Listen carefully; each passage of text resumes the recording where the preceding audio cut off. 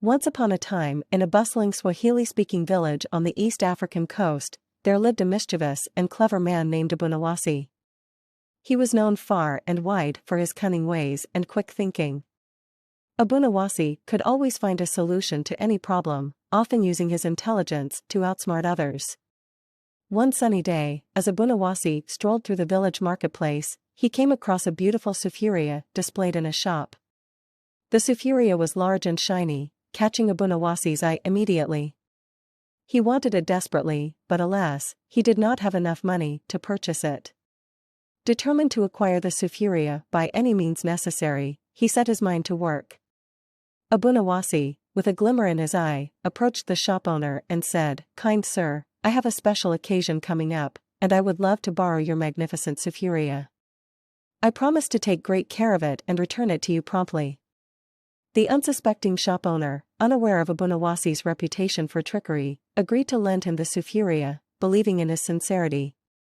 Abunuwasi's plan was set in motion. With the borrowed sufuria in his possession, Abunuwasi went home and began to use it for various purposes. He cooked delicious meals in it, washed his clothes, and even used it as a musical instrument, beating on it like a drum. Day after day, he found new reasons to delay returning the sufuria to its rightful owner. Weeks turned into months, and still, Abunuwasi held on to the sufuria, ignoring the growing guilt within him. The shop owner, growing suspicious of Abunuwasi's never-ending special occasions, began to suspect that he might never see his beloved sufuria again.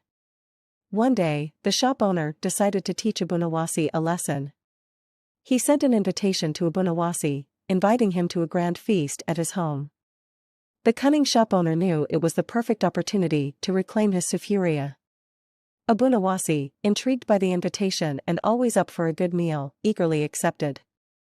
He didn't suspect the shop owner's true intentions, as his mind was preoccupied with his clever schemes.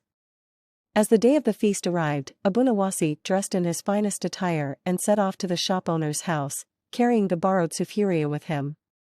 He walked through the village streets, his mind racing with excitement and anticipation.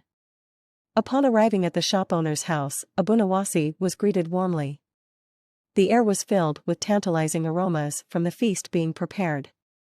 The shop owner, smiling but determined, led Abunuwasi into a room filled with identical sufurias, arranged meticulously on a table.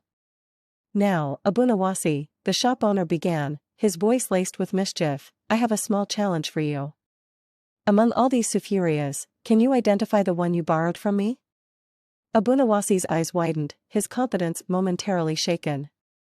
He had assumed he could easily recognize the sufuria he had borrowed, but now he realized the gravity of his trickery.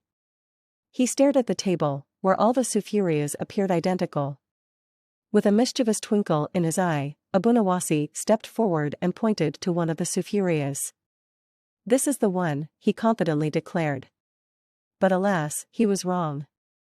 The shop owner shook his head and smiled, encouraging Abunuwasi to try again. One by one, Abunuwasi pointed to different sufurias, only to be met with the shop